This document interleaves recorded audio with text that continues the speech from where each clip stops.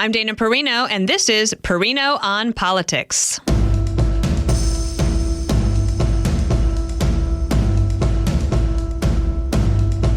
Let's talk tariffs. President Trump's threat may become a reality or not. It's early, so we don't know. And joining me now is Tim Murtaugh. He is a former communications director and senior advisor to President Trump, founder and principal of Line Drive Public Affairs, and author of Swing Hard in Case You Hit It. Welcome to Perino on Politics. This is where I call up my smart friends and find out what's on their minds about the state of American politics. Tim, over the weekend, there was all this talk because President Trump said tariffs are coming from Mexico and Canada on Monday. So I did do some research. I did do my reading yesterday, but there was a part of me that thought, I don't know if this is actually going to happen. I'm in America's Newsroom on Monday, February 3rd, and in the 10 o'clock hour, we get a heads up that the president has talked to the president of Mexico, and they're going to pause it for a month. And I thought, now that's the news I was expecting. You know him well and his operation well. Tell us what you think is going on here. Well, it's funny how that works out. And first, let me say thank you for having me on. And I'm sorry that none of your smart friends were available this morning. So I'm happy to pinch hit for sure. Only the smart friends get on here. I'm telling you. Okay. All right. Well, it's a pleasure to be with you. And you know, it's funny how this happens because, over the course of the weekend, you had everybody on X and on television, on CNN and MSNBC and other places, not so much on Fox, but, where all the caterwauling, where all the people who, it doesn't matter if it's good policy, if Trump did it, it's bad. All that screaming happens. And I think you heard a lot of that. And what happened this morning, as you just laid out, President Trump talked to the president of Mexico, and lo and behold, there's a deal. These tariffs, at least on Mexico, will be put on hold for a month while they negotiate the particulars. But it appears that that Mexico has agreed to send 10,000 troops to the U.S.-Mexico border to help police that border, because one of President Trump's main concerns here, and the reason why he threatened these tariffs, is because, because of trade imbalances that do still persist, but also because of the very things that he campaigned on, and one of those being protect American citizens from the things that flow across the border from other countries. And in this case, we're talking, I think, primarily about fentanyl, which is, of course, a deadly drug. One tiny little dose in one pill can kill an average-sized human. So imagine what it's doing to kids, and hundreds of thousands of people in America dying because of fentanyl. It comes primarily from China, and it comes across our border from places like, guess what, Mexico and Canada. So what President Trump did, he used the might of the American economy, and he has always said it is more than just about trade. You could also exact diplomatic means, diplomatic results by the use or even just the threatening of tariffs. And that's what we saw Mexico do. And now we'll have to watch and see what Canada's reaction is going to be, because I doubt very much that Canada wants to stand alone like this. Yeah, I know that fentanyl for Canada, it's much less than what comes across the southern border. It's about 6% from Canada. But I did have... It still counts, though. Sure. I mean, as you said, one tiny dose. And then you could also argue that we have a supply and demand problem. There is a demand problem that we have to address in our country as well. We know that. It's been going on since we were kids. This is your brain. This is your brain on drugs. That was my early childhood memory of the egg frying in a pan. I was like, well, I don't want my brain to look like that. And fortunate for me, I didn't try those kinds of things. But the other thing I thought about is I don't trust the Mexican military. They're going to put 10,000 troops on the border. But from my reading and I shouldn't say just gut instinct, based on some experience, but a lot of corruption is happening with the cartels and the Mexican government. So obviously this will be a trust but verify situation. I would think so. I mean, Donald Trump is not the kind of guy who will take another country's word for it. Look at NATO, for example. Everybody in NATO has agreed to pay a certain percentage of their GDP as a condition of membership in NATO, and none of them ever do that. And President Trump is the first to say, you know what? Yeah, we trust you guys. You're our allies, but, pay up. Sort of the same kind of thing, trust but verify. And I think that if they put 10,000 troops on the border, for sure, the United States is going to be looking at that and seeing if they are, in fact, doing what they're supposed to be doing. And yes, you worry about the corruptions of the cartels and all of that. I've been in working with the Trump campaign in 2024 and also in 2020. I've gotten to know some of these women who are called collectively as a group called Angel Moms. And I know you've met and talked to a lot of them. And there's one, all of their stories really, really strike home close to me. But there's one in particular, a woman named Ann Fundner, whose 15-year-old son. From Jersey, from Holmdel, Jersey, yeah. Right. Whose 15-year-old son, Weston, took one pill because of peer pressure among his buddies. He was a great kid. All parents think their kids are great, but this kid was an academic star. He was an athlete. He was very successful. Yeah. Had a really bright future ahead of him. And because of peer pressure, he took one pill one time, and that's it. And I have two little boys of my own. They're not quite of that age, but when I hear stories like that, I just can't even fathom what it's like when his father found him lifeless in his own bedroom. And can you imagine the lives, not just that one death, but the lives that death touched? Right. It's touching me. I never met the young fella. Yeah. But it's astounding. And anything that we can do to stop that. And I think that's what President Trump is doing. And this story goes along with the other one I wanted to talk to you about, which is on the immigration front and the immigration crackdown and finding criminal illegal aliens and getting them out of the country. Some success in terms of the Venezuelans being willing to take back their people. Rick Grinnell, leading point on that, actually having to go and shake the hands of Maduro, and that's what it took. Maduro wants the legitimacy of the United States. Apparently he thinks he gets it if he has a chance to meet with Rick Grinnell, and the great result is that we had 6 American hostages released. In addition to that, you have an amazing communications effort by the administration, and you're a communications expert. Thought I would ask you to talk about this. When you have Kristi Noem, the Homeland Security Secretary, and Pete Hegseth, the Defense Secretary, on the border, Tom Homan at the border, and visually, they're on horseback. You can see it. There is changes coming. And it made me think, what in the world were the Biden administration doing to not even attempt to solve a problem? And in the first week or two, you can actually feel, okay, promises made, promises kept. We're going to get this done. And there's almost like a relief of like, okay, finally something's changing. The Biden administration just absolutely walked away from their responsibility. Oh, without question. I mean, if you remember back to 2019 and 2020, Joe Biden, heck, all the Democrats back in their primary back then, but then Joe Biden became the candidate. He campaigned on doing exactly what they did, which is turning on the vacancy sign, laying out the welcome mat and all that stuff, saying, oh, we won't deport you. We'll give you access to free health care. You can come work in our economy. We won't bother you if you need work permits. We'll give you all that stuff, all those things. And then it's no wonder. Heck, the people were showing up at the border wearing Biden for president T-shirts.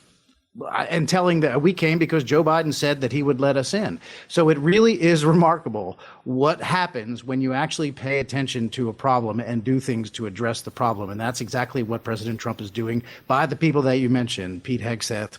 And what do you think about the communications and the visuals? Well, the visuals, remember the last time during the Biden administration, the last time that we saw Border Patrol agents on horseback, what was happening? On horseback, what was happening? This is a story. Joe Biden, this story kills me.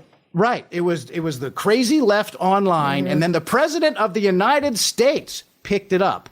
And instead of supporting the Border Patrol agents on horseback, they were buying into and promoting the lie that the Border Patrol was using their whips to whip the people who were coming across the Rio Grande River, when in fact what they were doing was using the whips like they normally do to control and ride their horses. Yep. That whole thing was a complete lie. The Border Patrol agents were actually punished. They have never received an apology for being punished for something that they didn't do. I want to interview them so badly. And I've told Tom Homan, I'm like, if they're ever willing to talk, I really want to interview them. So the visuals, the contrasting visuals that now we see the Border Patrol down there doing what they're supposed to do, protecting the borders of this country and actually being praised for doing that job instead of being derided and lied about and being called, all the variety of names that they were called at that time. I won't repeat them, but it is just a remarkable turnaround. There is something in a Washington Post article. Okay, so this was a story about an ICE raid just like 3 days after Trump is in office. It's in Newark. It's at Ocean Seafood Depot. Okay. And there's some people there who should not be here. They crossed illegally in 2021. This particular guy, I'm going to read a quote to you from. He is here illegally, but he is not a criminal illegal alien, meaning that it is a crime across the border. Additional laws. Right. He's not in jail. He's not somebody who committed a rape or a murder and needs to leave the country. So he gets detained 3 days. He's let go with a notice to appear. He's got a court date and everything. Article is very long. And we knew that these articles were going to come. And it's not that you can't have empathy for people. But I thought that his quote was interesting because the Biden permission structure for crossing illegally is in their minds. Okay. Yeah. And here's what he says at the very end of this article. We don't deserve that they do this to us. We are not bad people. We come to work. We come to excel. And that's what I'd like that they understand, that not all of us come with the intention of hurting the country. And I can feel for him. Sure. But the problem being that you can't do that. You are here illegally. And there are consequences for that.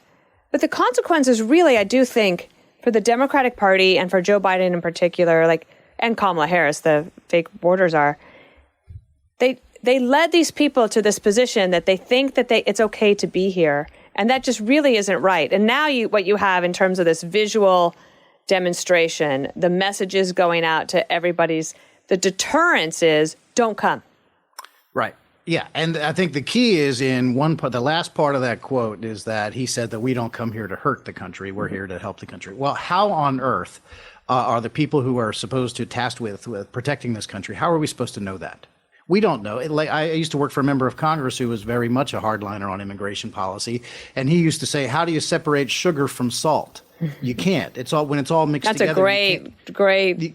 You can't tell what's the salt and what's the sugar. And so the answer to that is you very carefully screen everyone. And this is over the course of generations, Dana. I know you've seen it. The Democrats have always felt like, especially during the Trump years and the last 10 years or so of the Trump years, the Democrats have wrongly thought that they can win the political argument just by simply saying the words Trump and immigration. And if they do that, then they will win 100% of the Latino vote for sure, and probably pull a bunch of the other demographics as well. But what they didn't count on is that Latino voters in this country, if you ask them, and we've seen this anecdotally, but also in polling, if you ask Latino voters who are either born American citizens, as American as anybody else, or whether they are immigrants themselves, or whether immediate family members in preceding generations were the legal immigrants who followed the right process, if you ask them, people who are legally present in this country, do you think that other people should have to follow the rules the way your family followed the rules, or do you think it's okay just to let them in and just waive the rules if they look like they're okay?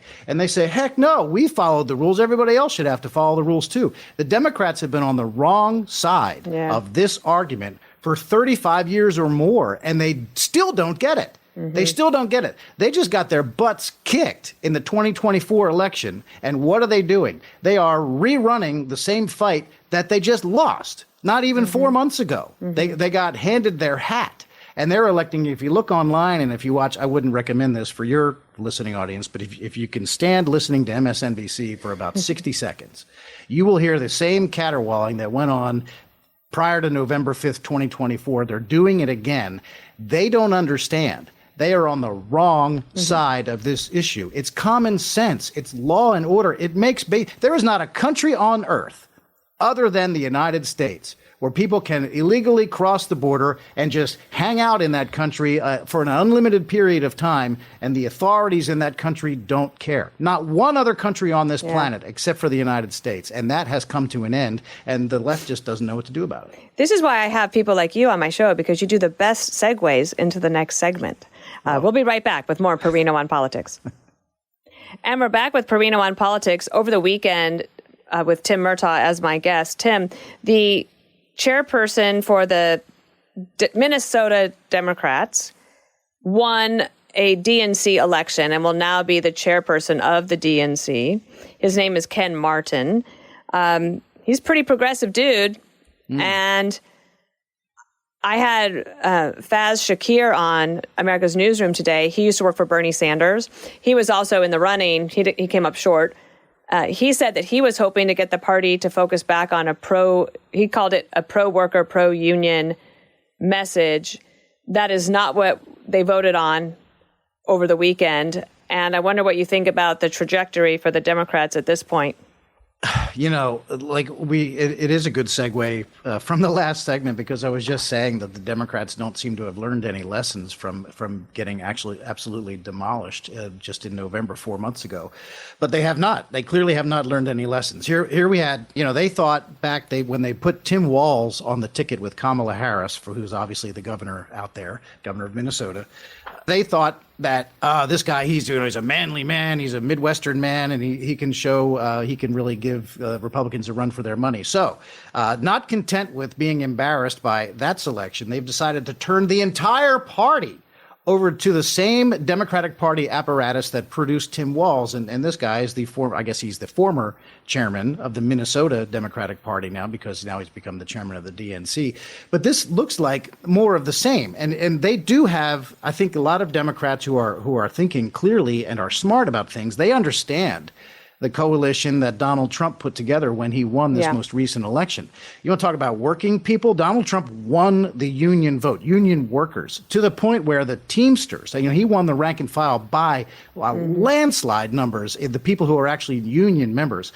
The Teamsters, for the first time in anyone's memory, failed to endorse the Democrat candidate for president. And why is that? Because their membership, and particularly in the battleground states like Michigan and Pennsylvania, their membership was approaching 70-30 in favor of Donald Trump, which is astounding. And so it was a bridge too far, at least for now, for the main union, the Teamsters, to actually endorse Donald Trump. So they did the next best thing, which was the clear message by staying out of it.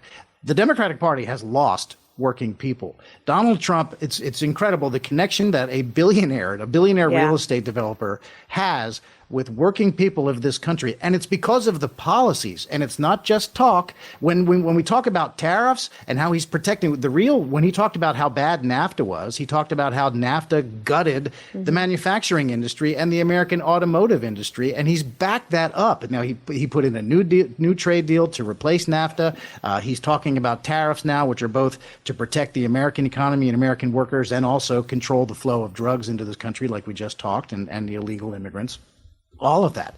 Donald Trump has put in place the policies that attract the coalition that the Democrats have lost. And this is not just Donald Trump. This is he has remade the Republican Party, which has subtracted from the Democratic Party at the same time. And if the Democrats think that they're going to address that problem by making a chairman out of somebody who brought us the crazy liberal policies from Minnesota, which is like little California, really. They have basically the same policies in California as they do in Minnesota, but Minnesota gets less attention. And then as vice chair, on top of it, as vice chair, they plug in David Hogg, who is about the wackiest, looniest leftist that anybody can ever come across. Heck, he thinks that... For people who don't know who he is, David Hogg is 24 years old. He was at the high school in Florida that had the horrific shooting. He came out of school and became quite a radical activist. And he was elected vice chair of the Democratic Party. Yeah, vice chair of the Democratic Party. He believes that no American has the right to own a firearm. No one. He believes no one has the right to own a firearm. You have Ken Martin, who the new chairman. He believes that Donald Trump should have been charged with treason, which, by the way, is punishable by death, because of the alleged story that the Russians were paying bounties for the killing of American soldiers over in Afghanistan, which turned out to be, of course, erroneous reporting by the New York Times. It was a lie. It was untrue. But he believes that Donald Trump should have been put to death for that. And he is now the chairman of the Democratic National Committee. So, yeah, they are really showing some early signs of moderating over there. I didn't mention this before, but I know that you keep up with the news, and wanted to ask you about this. Last week, Senator Gary Peters of Michigan, who served many terms, and I think he's probably got decent name ID in Michigan. Anyway, he last week says, I'm not going to run again. So now, for 2026, there will be an open seat on the Senate side of things. And Alyssa Slotkin is a Democrat. She barely pulled out a win, but she won. She's a popular person there in Michigan. And Pete Buttigieg says he might run for the Democrats on this new Senate seat. but there are some good Republicans up there, too. Is it possible that that would be a pickup opportunity for Republicans in 2026 and expand the Republican majority in the Senate? Oh, it's absolutely possible. I think we will have a great candidate because I'm not going to name check any of them, but there are some great, because I'll leave somebody out if I do that.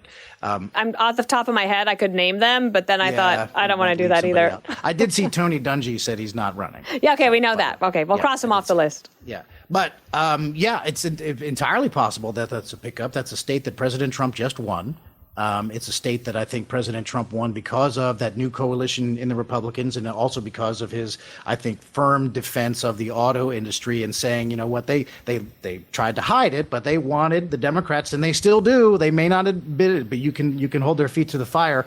They want to outlaw gas-powered vehicles. They absolutely do. And that would, of course, ruin the automotive industry and the economy of Michigan. That is still something that radical Democrats want to do. The guy who is the chairman of the Minnesota Democratic Party, now running the DNC, you better believe he's on board with outlawing gas-powered vehicles, and they want to force. I think electric cars are cool. I like electric cars. I don't have one yet, but I may eventually get a Tesla or something like that. But I don't want to be told that I have to drive one, that I have no other option. And so, yeah, I think Michigan is ripe for becoming a red state, at least tending away from being purple and tending a little bit more red. I know there was an important pickup. Tom Barrett picked up an important congressional seat in Michigan this past cycle. President Trump, as I said, just won Michigan. I think in 2026, less than 2 years from now, I think it is absolutely possible that Republicans pick that up and add one more Senate seat. Absolutely. As the last question in this segment, before we take a quick break, what are any of the cautionary tales or words of advice that you might give to the Trump team right now? And they are strong out of the gate. Is there anything that worries you, or that you would say, gosh, guys, maybe you should think about this or that as you go forward to try to sustain some success? You know, I don't think so. I think they have learned a lot of lessons from the first time around.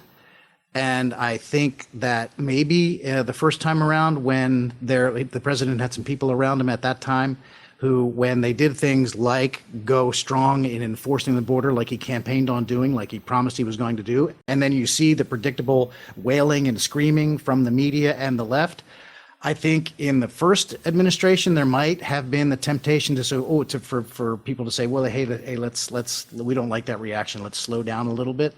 I think now they have learned that no, this is why we're here. This is why the American people sent us here. And the national news media and the Democrats were going to be screaming about this anyway. Heck, they screamed about it for the entire 2 years of the 2024 campaign. This is why the people sent us here. So they're doing what I think they should do, which is full steam ahead on the agenda that got him elected, because that's what the people who elected him expected to see. He won the popular vote. And there's a reason why he won the popular vote, because people wanted him to do the things that he said he was going to do if he got back in the White House. My advice to them is go do them. And frankly, I don't think they need that advice, because they're out there doing it already. Yeah. All right. Tim Murtaugh, we'll be right back. And we're back with Perino on Politics. The last segment is, I wanted to do two things. I'll ask you the signature question, but first let me ask, what do you focus on at Line Drive Public Affairs? Well, I offer communications advice and strategy, and political advice and strategy to both candidates for office and companies in the private sector. And I bet there's a lot of interest right now with companies trying to figure out what in the world is going on. There is. There are a lot of private sector companies who really don't quite know how to, just to put it in simple terms, how to speak MAGA. And, how, like, if they're going to have meetings, I don't do any lobbying, but I can help them with their communications approach to it. If they're going to be having meetings or trying to get the ear of either the president himself or members of his cabinet or other Trump campaign officials, there are certain ways that you can phrase things that make it more palatable to them. So if you're, I think a lot of these companies also, I think the biggest one that stands out in recent times, where it came this ad campaign. I know that like corporate ad campaigns are many, many months or even years in development. But boy, when Jaguar came out with their new ad campaign, and it was all this weird like space, it looked like, my British husband was not impressed. Yeah, it looked like refugees from the original Star Trek franchise, and so I'm like, and that was after the election, but I guess it was too late to stop it. Yeah, that's not that's not where the American people are. You know, the American people want they want clear, blunt talk. They don't want to be lied to. If your company makes cars, then by God, show people cars. You tell people that your company does what they expect it to do, and don't try to smuggle in any of this woke ideology. I have a feeling that it's a relief to these companies. I would imagine so. For some, just to be like, okay, I'm glad I don't have to comment on every political issue coming out there. Let's just focus on what we do. And imagine the board meetings that they have sit around and say, all right, who are we going to try to avoid offending? Right. What subset, what 2% of the population do we have to appeal to and risk alienating the other 98%, right? Good point. Okay, so let me ask you, what are you paying attention to that I might be missing? I think there's a couple of things and it's sort of all wrapped up into the same thing. The Democrats have come through a 9-year messaging strategy, and I guess we're now into the 10th year of it because it's 2025 and Trump came down the golden escalator in 2015. So we're marking a decade of this, where they wake up every single day and they try to convince everybody in America and, in fact, the world that Donald Trump is a despicable person. They used lawfare against him, as we know, 4 different jurisdictions, taking him to court, trying to convict him and put him in jail, deprive him of his freedom. They tried to bankrupt him through the same thing. They call him a fascist and other names that are worse than that every single day. And they attacked Donald Trump. They attacked his supporters. They attacked, I would venture to say, almost everybody who's listening to this podcast right now. And when Donald Trump says it, that they're coming after me, but I'm just in the way, they're really after you. And Joe Biden gave away the game when he said that Donald Trump supporters are garbage. What was the result of that after 9 years? What was the result? Donald Trump won all 7 battleground states, and it was not particularly close. And what has their reaction to that been? Have they learned anything? No. They have not. They are doing it again. They are now entering year 10 of this messaging program, this strategy. And that's what I'm paying attention to. I'm watching that. Are they ever going to get it? And, right now, I don't think so, because they are still in this thing of appeasing their base. They really, truly are. For like Selena Gomez, and I know a lot of people probably saw this video that she posted where she was crying over her distraught. She can't do anything to help the poor illegal aliens who are being deported by President Trump. And the White House fired back. That's what I'm paying attention to. Yeah. This White House. I think she did that in order to take away attention from how bad her movie was panned. I mean, I've got to say, I have heard that the movie. I think those tears were about something else. I have not seen it. But this White House, this Trump White House, is not going to take it. They immediately fired back, and they had video with it did interviews with 3 of the angel moms who I mentioned at the beginning of this. Yeah. People who have lost children to the border crisis. And they fired right back and said, "Who are you crying for, Selena? You're crying for the wrong people." It's impressive because, as we talked at the beginning of the podcast about the visuals and how it makes a difference. This communications team, they're really on it. And the other thing is that they have facts on their side, and they're utilizing them. Tim, right before we go, tell everybody about your book. Well, I appreciate that, Dana. As it happens, I have a copy of it right here. Yeah, I bet you do. It's called "Swing Hard in Case You Hit It: My Escape from Addiction and Shot at Redemption on the Trump Campaign." And it's about 2 things, really. It's about some stories from inside the 2020 Trump campaign, but it's also about my decades-long fight to escape alcoholism. And I know that addiction is something that touches a lot of lives. And when I was writing it, I thought, when I was in rehab, and I went to rehab multiple times, it took a while for it to stick. I went to the bookstore and I just devoured all of the titles that were people telling their own stories and all the trouble that they got into. And, a lot of the stories that I tell in my book are kind of, shake your head, ridiculous stories, like what a moron this guy is. How could he be in such trouble?